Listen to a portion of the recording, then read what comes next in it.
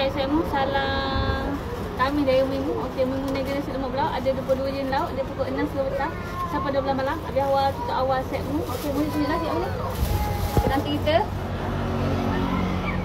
tambah kerang, ikan, bilis, telur rebus, telur mata, ayam goreng panas-panas dering ni. Masuk telur paru, lenseng, lobster, udang galah, sotong. Mari lambat. Jual tadi dah pukul 5 dia jual. Okey, telur ikan, telur sotong, daging, sotong kembang. Okey, nasi minyak. Okey, nasi minyak abang duda. Ayam. Abang duda, okey telur puyuh. Ayam sambal, pulut gonyong.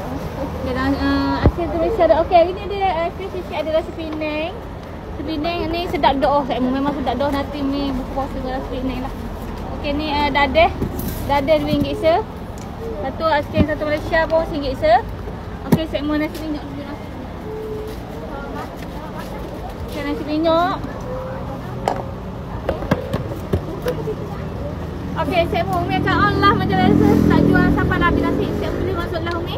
Okey, hok mana nak makan nasi lemak, boleh makan nasi minyak ada, nasi minyak ada, dadah ada, asking ada, sate ada. Sekejap lagi saya nak buat video sate Mena tunjuk sate sekejap Mena. Mari tunjuk sate sekejap.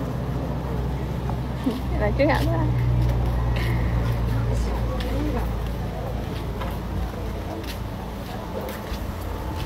Okey, sate kita bakar pada panas. Saya mau panas dengin tak kat saya mau buat apa?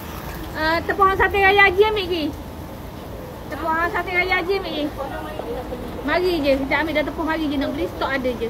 Okey, saya mau masuklah rumah macam biasa. Okey, bye-bye. Assalamualaikum. Dia orang punya kedah. Mami, nak tekan mana ni Mami? Kena tu ada.